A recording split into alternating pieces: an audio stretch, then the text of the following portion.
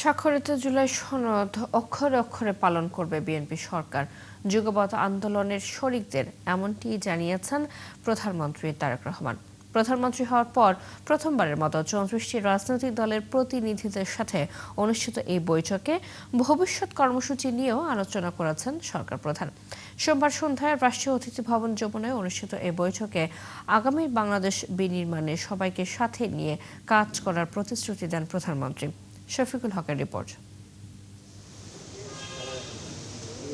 বিগত ১.৫ দশক ধরে স্বৈরাচার আওয়ামী লীগ সরকারের পতন সহ নানা দাবিতে বিএনপির নেতৃত্বে যুগপৎ আন্দোলনে 4টি জোট সহ নিবন্ধিত ও অনিবন্ধিত মিলিয়ে প্রায় ৪২টি রাজনৈতিক দল সক্রিয় অবস্থানে ছিল। ত্রয়োদশ জাতীয় সংসদ নির্বাচনে বিজয়ের পর প্রথমবারের মতো তাদের সঙ্গে আনুষ্ঠানিক বৈঠক করলেন বিএনপি চেয়ারম্যান ও প্রধানমন্ত্রী তারেক রহমান। সোমবার সন্ধ্যায় রাষ্ট্রীয় অতিথি ভবন যমুনায় যুগপৎ আন্দোলনে অংশ নেয়া 34টি রাজনৈতিক দলের 196 জন প্রতিনিধির সঙ্গে এ বৈঠক অনুষ্ঠিত হয়। বৈঠকে সরকারের সাম্প্রতিক কার্যক্রম, ভবিষ্যৎ রাজনৈতিক কৌশল, নির্বাচনী অঙ্গীকার বাস্তবায়নের অগ্রগতি এবং শরিক দলগুলোর প্রত্যাশা ও পরামর্শ গুরুত্ব পায়। এটা আমাদের এই চলমান যে রাজনৈতিক আন্দোলন, ফ্যাসিবাদের বিরুদ্ধে, আপনার উগ্রবাদের বিরুদ্ধে এবং একই সঙ্গে স্বৈরাচারের বিরুদ্ধে সেই আন্দোলনেরকে আরও বেগবান করবে, আরও শক্তিশালী করবে বলে আমরা বিশ্বাস করি। সংবাদ সম্মেলনে বৈঠকের বিস্তারিত তুলে ধরেন বিএনপি মহাসচিব মির্জা ফখরুল ইসলাম আলমগীর। জাতীয় ঐক্য, রাজনৈতিক স্থিতিশীলতা এবং সমন্বিতভাবে সামনে এগিয়ে যাওয়ার বিষয়েও বিশদ আলোচনার কথা জানান তিনি। তারা সবাই মাননীয় প্রধানমন্ত্রীর যে শুরু সরকার চালানো, সেই শুরুটাকে তারা অত্যন্ত প্রশংসা করেছেন যে আমরা একটা ধ্বংসস্তূপের মধ্য থেকে কিন্তু কাজ শুরু করেছি। একেবারেই অর্থনীতি ধ্বংসপ্রাপ্ত হয়েছে, লুট করে নিয়ে গেছে সমস্ত ব্যাংকগুলো, সব জায়গায় একটা নৈরাজ্য সৃষ্টি করেছিল, তারা সমস্ত প্রতিষ্ঠানগুলোকে ভেঙে ফেলেছিল।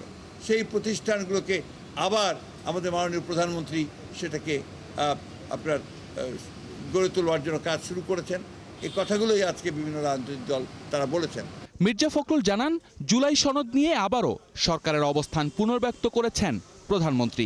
31 দফা কর্মসূচি যেটা আমরা একসাথে দিয়েছিলাম, সেই 31 দফা কর্মসূচি বাস্তবায়িত হবে এবং তিনি এটাও বলেছেন, আবারও জোর দিয়েই বলেছেন যে জুলাই সনদ যেটা আমরা সমস্ত রাজনৈতিক দলগুলো স্বাক্ষর করেছি, সেই জুলাই সনদ যারা, আমি আবার রিপিট করছি, যেগুলো আমরা স্বাক্ষর করেছি সেটার অক্ষরে অক্ষরে পালন করা হবে। এ সময় আসছে স্থানীয় সরকার নির্বাচন নিয়ে সরকারের ভাবনাও স্পষ্ট করলেন বিএনপি মহাসচিব। কিন্তু দলীয়ভাবে নির্বাচন করার কোনো সুযোগ নেই, সুতরাং আমার মনে হয় সেই বিষয়টা আমরা আলোচনা এখন না করলেও পারি। তবে প্রতিটি ক্ষেত্রে আমরা পারস্পরিক আলোচনার ভিত্তিতেই আলোচনা করব। ধন্যবাদ। শফিকুল হক, ৭১, ঢাকা। চীনের সাথে বাংলাদেশের সম্পর্ক নিয়ে অনেকটা একই ধরনের অবস্থান যুক্তরাষ্ট্র এবং ভারতের। যুক্তরাষ্ট্রের একজন বিশ্লেষক বলছেন, চীনের সাথে খুব বেশি মাখামাখি ওয়াশিংটনকে ভুল বার্তা দিতে পারে। আর ভারতীয় বিশ্লেষকের অভিমত, সার্বভৌম দেশ হিসেবে বাংলাদেশ স্বাধীনভাবেই সিদ্ধান্ত নিতে পারে, তবে ওয়াশিংটন, দিল্লি আর বেইজিংয়ের সাথে ভারসাম্যপূর্ণ সম্পর্ক কিভাবে রাখবে বাংলাদেশ, সেটি বড় চ্যালেঞ্জ। সুফিয়ান ফারাবের রিপোর্ট। প্রধানমন্ত্রীর চীন সফরে দেশটির সঙ্গে সম্পর্কের ধরন উন্নীত হয়েছে ভবিষ্যতের অংশীদারিত্ব পর্যায়ে, যা চীনের সঙ্গে সম্পর্কের ক্ষেত্রে সর্বোচ্চ মাত্রা। সে সফরের সম্পর্ক আরও জোরদার করতে স্বাক্ষরিত হয়েছে বেশ কয়েকটি গুরুত্বপূর্ণ সমঝোতা স্মারক।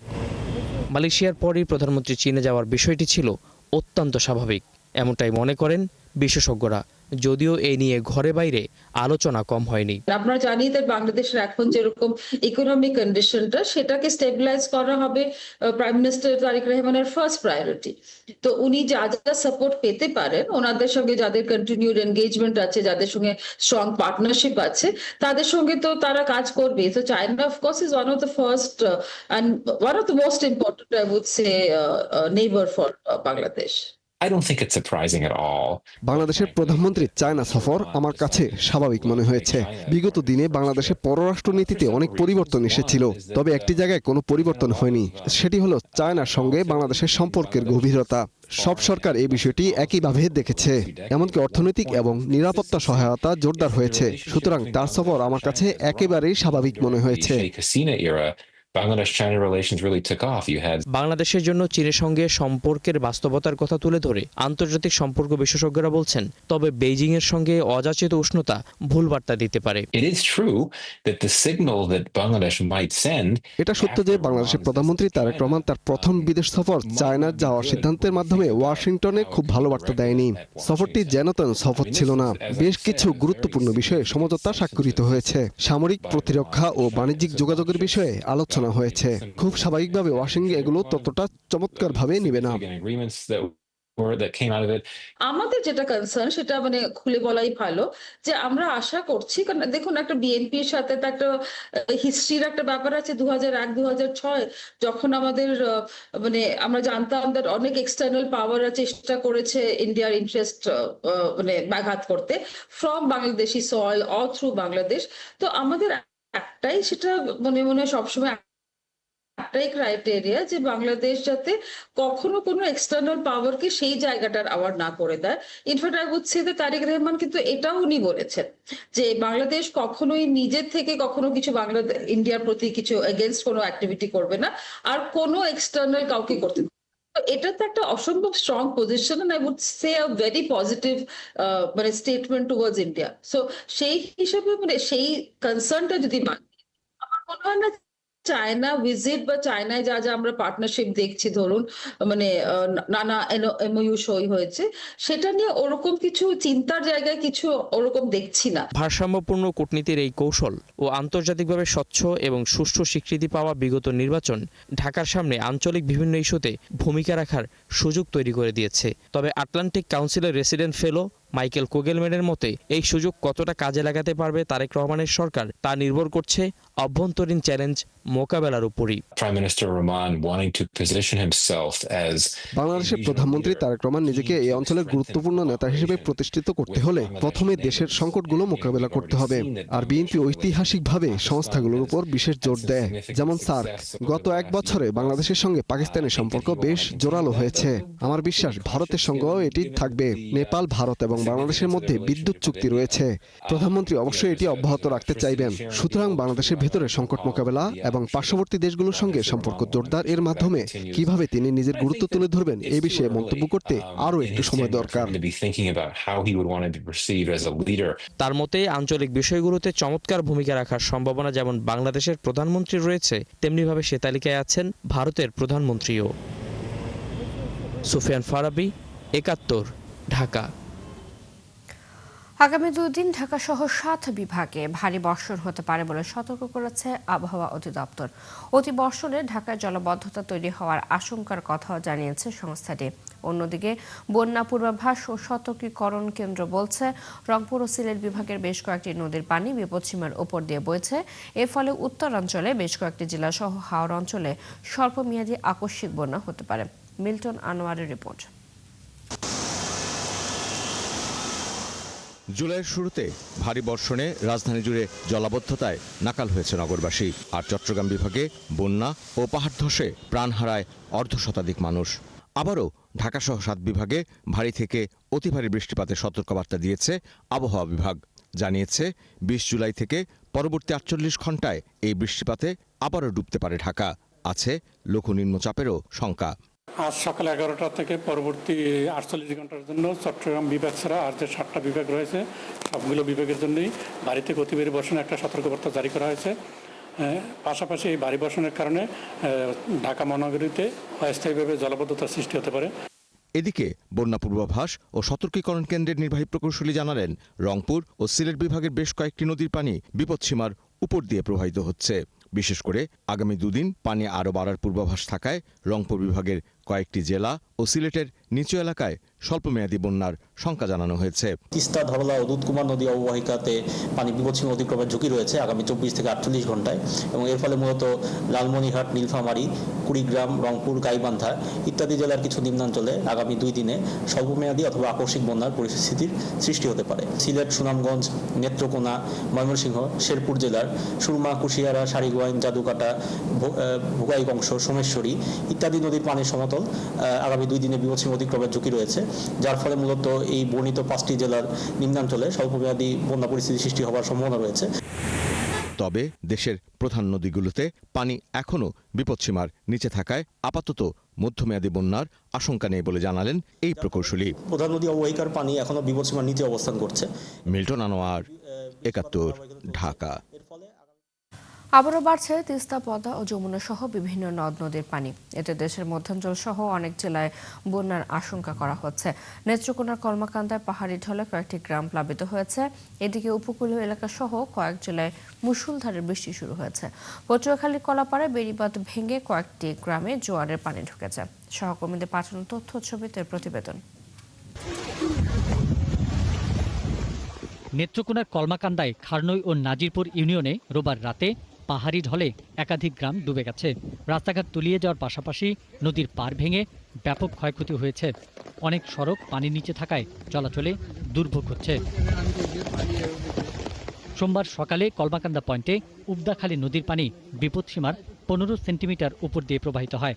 ফলে নিম্নাঞ্চলে বন্যা পরিস্থিতির আরও অবনতি হওয়ার আশঙ্কা করা হচ্ছে। পদ্মায় পানি বেড়ে আবার ডুবে গেছে মানিকগঞ্জের পাটুরিয়া লঞ্চ ঘাটের সংযোগ সড়ক। এতে দুর্ভোগে পড়েছেন যাত্রীরা। সোলিং করা ছিল সেটা পানিতে ডুবে গেছে, আবার জিও ব্যাগ খুলছে, আবার পানি গেছে, আবার করছে। কিন্তু আজকে আসলাম, আজকে দেখে আবারও ওই কোনায় জিও ব্যাগ উপরে পানি উঠে গেছে। এখন আজকে যদি মেরামত না করা হয় তাহলে আবার দুর্ভোগ করতে হবে। এই যে দেখেন পরিস্থিতি, প্রত্যেকটা লোকিত, আমরা তো পুরুষ মানুষ, একটা মহিলা মানুষ, বাচ্চা কাচ্চা নিয়ে আসাটা অনেক। সিরাজগঞ্জে টানা 6 দিন ধরে যমুনা নদীর পানি বাড়ছে। গত 24 ঘন্টায় যমুনার পানি 82 থেকে 85 সেন্টিমিটার বেড়েছে। পানি উন্নয়ন বোর্ড বলছে, জেলার অন্তত 31টি ইউনিয়নকে বন্যার জন্য ঝুঁকিপূর্ণ হিসেবে চিহ্নিত করা হয়েছে। উজানের ঢল ও বৃষ্টিতে আবারও বেড়েছে তিস্তা নদীর পানি। সোমবার সকালে নীলফামারীর ডালিয়া পয়েন্টে বিপদসীমার মাত্র 5 সেন্টিমিটার নিচ দিয়ে প্রবাহিত হয়। এ কারণে তিস্তা ব্যারেজের 40টি জলকপাট খুলে রাখা হয়েছে বলে জানিয়েছে পানি উন্নয়ন বোর্ড। পটুয়াখালীর কলাপাড়ায় সোমবারও বৃষ্টি অব্যাহত রয়েছে। তবে কলাপাড়ার 4টি প্রধান নদীতে জোয়ারের পানি কিছুটা বেড়েছে। বেড়িবাঁধ ভেঙে কয়েকটি গ্রাম প্লাবিত হয়েছে। যতক্ষণে পানি শেষ না হয় ততক্ষণে আমরা ঘরে বসে থাকি। মানে অসুস্থ থাকলেও ঘরে বসে থাকতে হয়, কোনো চিকিৎসা যাইতে পারি না, রাঁধতে পারি না, চুলোমুলো সব কিছু পানিতে তলাইয়ে গেছে, ভেঙে গেছে। কৃষি তো হয় নাই, অনেক শত শত একর জমি নষ্ট হয়ে গেছে, কৃষি হয় না। এই যে বেড়িবাঁধ, নিজেদের অর্থায়নে এই বেড়িবাঁধ বাঁধা হয়, নিজেদের টাকা দিয়ে কৃষকেরা উঠিয়ে, কিন্তু হচ্ছে এই বেড়িবাঁধ স্বাভাবিক জোয়ারই ভেঙে যায়। স্বাভাবিক জোয়ারে ভেঙে যাওয়ার ফলে প্রায় 250 থেকে 300 পরিবার জোয়ারের সময় একদম পানিবন্দী থাকে। পিন্টু হাজং, 71। নীলফামারীতে আবারও বাড়ছে তিস্তা নদীর পানি। খুলে দেওয়া হয়েছে তিস্তা ব্যারাজের 44টি জলকপাট। এ বিষয়ে আরো জানাতে যুক্ত হচ্ছেন সহকর্মী বিজয় চক্রবর্তী কাজল। বিজয়ের পানি বিপদসীমার কতটুকু দূরত্বে রয়েছে? নদীর তীরবর্তীদের বিষয়ে জেলা প্রশাসন কোনো ব্যবস্থা নিয়েছে কিনা জানাবেন।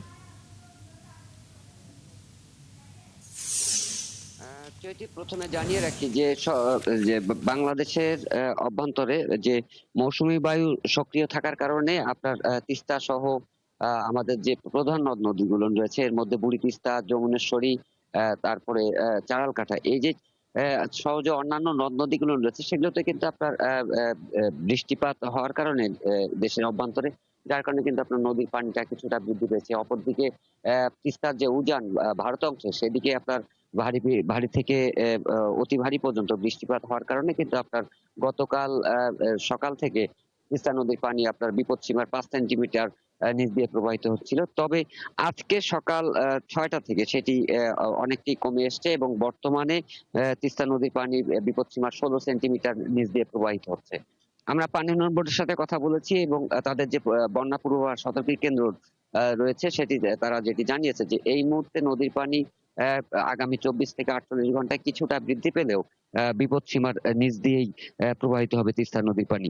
আর অন্যান্য যে নদ নদীর পানিগুলো রয়েছে সেগুলো কিন্তু আপনার দেশের অভ্যন্তরে যে বৃষ্টিপাত হচ্ছে যার কারণে কিন্তু সেই নদ নদীর পানিগুলো বৃদ্ধি পাচ্ছে। তবে কোন নদীর পানি এখন পর্যন্ত নীলফামারী জেলার যে প্রধান নদীগুলো রয়েছে সেগুলোর নদীর পানি এখনো কিন্তু আপনার বিপদসীমা একটিও অতিক্রম করেনি।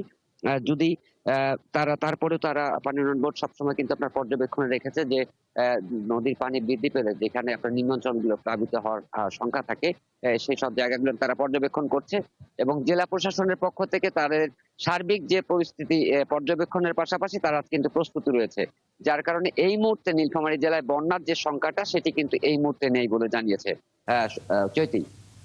বিজয়, ধন্যবাদ আপনাকে। আমাদের সাথে নীলফামারী থেকে যুক্ত হয়ে তিস্তার পানি বৃদ্ধির খবর জানাচ্ছিলেন সহকর্মী বিজয় চক্রবর্তী কাজল। বাংলাদেশি পোশাক কারখানায় একের পর এক বিনিয়োগ করছে চীনা ব্যবসায়ীরা। রপ্তানিমুখী গার্মেন্টস মালিকদের সংগঠন বিজিএমইএ বলছে বন্ধ অথবা বন্ধ হওয়ার পথে এমন কারখানাতেই চীনারা বিনিয়োগ করছে। এতে কিছুটা হলেও কর্মসংস্থান সুরক্ষিত থাকছে, যদিও চীনা বিনিয়োগ নিয়ে ভিন্ন মত খোদ দেশীয় উদ্যোক্তাদের। জাহিদুল ইসলামের রিপোর্ট।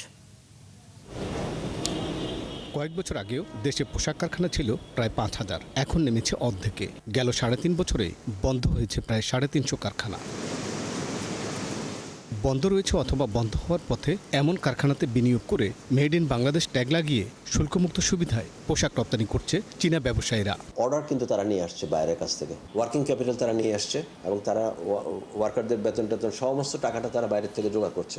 এখানে আমরা প্রযুক্তি ট্রান্সফার হচ্ছে, আমরা তাদের কাছ থেকে শিখতেছি। চীনা বিনিয়োগে সচল থাকলেও দেশি মালিকদের কারখানা কেন বন্ধ হচ্ছে খতিয়ে দেখার আহ্বান গার্মেন্টস খাতের উদ্যোক্তাদের। ৬০,০০০ কোটি টাকার একটা পলিসি সাপোর্ট দিয়েছে, তারপর বিআরপিডি 7-এ যে আমাদের রিশিডিউলিং এর ব্যবস্থাটা করেছে, এই রকমের সাপোর্টগুলো যদি আরো আগে থেকে আসতো তাহলে কিন্তু আমার বিশ্বাস যে এই ফ্যাক্টরি বন্ধ হওয়ার যে একটা ট্রেন্ড এটা কিন্তু কিছুটা হলেও কম হতো। এই শ্রমিকদের চাকরি আস্তে আস্তে হারাইতে হচ্ছে। ওদের টেকনোলজি ইউজ করছে, আমাদের ব্যাক লিঙ্কেজ ফ্যাক্টরিগুলো আর নাই। ওদের প্রত্যেকটা জিনিস ওদের থেকে আনতে হয়, শুধু চাইনিজদের অর্ডারের উপর ডিপেন্ডেন্ট হয়ে গেলেন। বিশ্বতে আর যত মার্কেট আছে আপনি আস্তে আস্তে সংকুচিত হয়ে আপনি ডিপেন্ডেন্ট একটা সেক্টরে দাঁড়িয়ে গেলেন। চীনারা নিজ দেশ থেকে ক্রয়াদেশ অনুযায়ী বিনা শুল্কে কাঁচামাল এনে এফওসি ভিত্তিতে পোশাক সেলাই করে মজুরি পরিশোধ এবং যৌথ বিনিয়োগ ও ভাড়ায় কারখানাগুলো চালাচ্ছেন। তারাও বলছেন বাংলাদেশে ব্যবসা করা কঠিন। বাংলাদেশে ব্যবসা করে আমি আনন্দিত, তবে এখানে হয়রানিও আছে। অনেক প্রতিষ্ঠানের অনুমোদন লাগে, বিভিন্ন কাজের জন্য অতিরিক্ত টাকা খরচ করতে হয়। বন্দরে পণ্য ওঠানামায়ও সময় ক্ষেপণ করে। অর্থনীতিবিদরা বলছেন বিদেশি বিনিয়োগ ভালো, তবে সরকারি সুবিধা দিয়ে হলেও দেশি শিল্পকে টিকিয়ে রাখতে হবে। কোনো কারখানা আছে যাদের হয়তো তাদের নিজেদের কারণে হচ্ছে বা তারা অর্ডার পাচ্ছেন না, এইটা একটা কারণ হতে পারে। ইনফ্রাস্ট্রাকচারের সাপ্লাই সরকার দিতে পারে, তাহলে কারখানাগুলোকে আলাদা করে দেওয়ার মতন সুযোগ কিন্তু বেইল আউটের সরকারের খুব বেশি নাই। গার্মেন্টস খাতের উদ্যোক্তারা বলছেন এফওসি ভাড়া বা যৌথ নয়, তারা চান দেশে নেই এমন খাতে আসুক বিদেশি স্থায়ী বিনিয়োগ। জাহিদুল ইসলাম, ৭১, ঢাকা। চলছে সংবাদ সংযোগ, সরাসরি সংবাদ এবং অনুষ্ঠান দেখতে চোখ রাখুন ৭১-এর ফেসবুক পেজে, সাবস্ক্রাইব করুন ৭১-এর ইউটিউব চ্যানেল। থাকুন ৭১-এর সাথে।